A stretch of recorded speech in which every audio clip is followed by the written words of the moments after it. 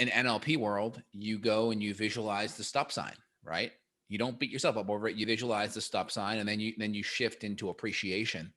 Or some folks will have the elastic band on their wrist and they'll pull it tight, right? To create that negative neuroassociation, whether it's a physical elastic snap or whether it's a stop sign coming in that's visually cueing you to stop.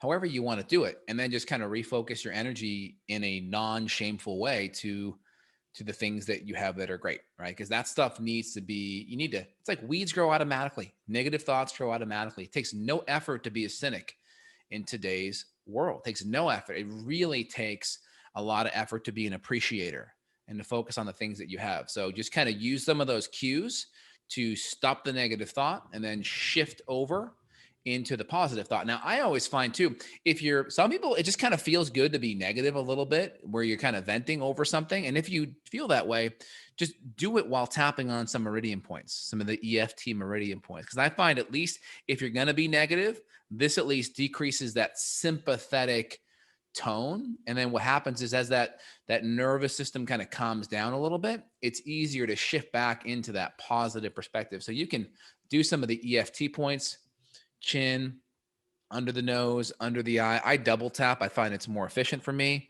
And as you're doing this, you're kind of talking about the negative thoughts that could be, I feel stressed, I feel irritable. Yeah, just talk about whatever it is. I always like to go into it assigning it a number. So out of 10 being the worst intensity, where are you at? You at a 5, a 6, a 7? And I try to go into it taking whatever that number is, I want to cut it in half.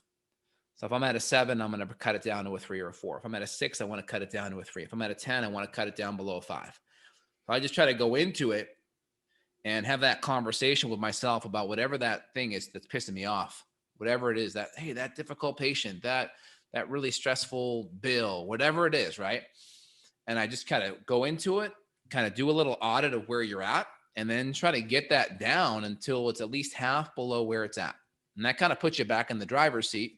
And then it gives you the ability to shift to being positive, because you can't be positive. It's harder to be positive when you have that emotional sting at a higher level on that subjective scale I gave you. So if you can cut it in half, that gives you the ability now to downshift from negative into positive.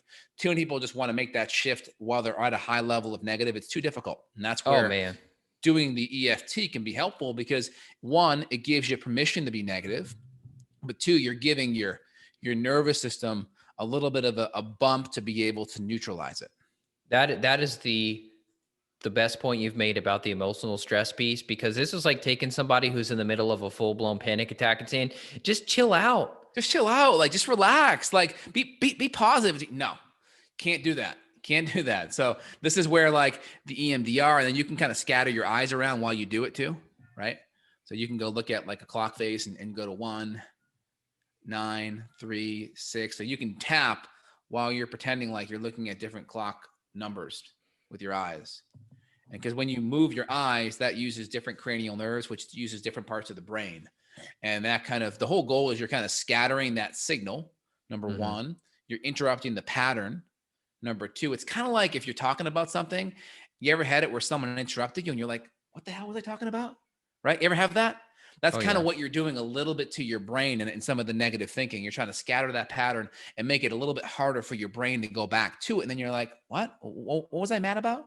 Oh yeah, that. And then it makes it easier than shift into positive.